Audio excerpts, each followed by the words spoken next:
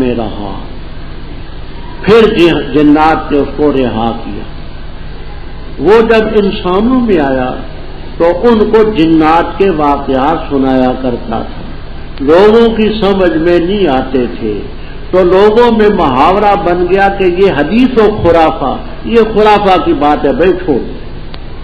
اسی خرافہ کے لفظ سے خرافات نکلی، تو خرافات بھی کرنا، جنات پکڑ کر لے جاتے۔ جنات کے متعلق مبسوط کتاب ہے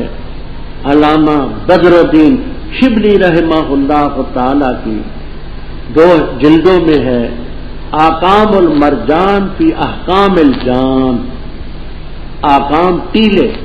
احکام المرجان، مرجان کے ٹیلے فی احکام الجان،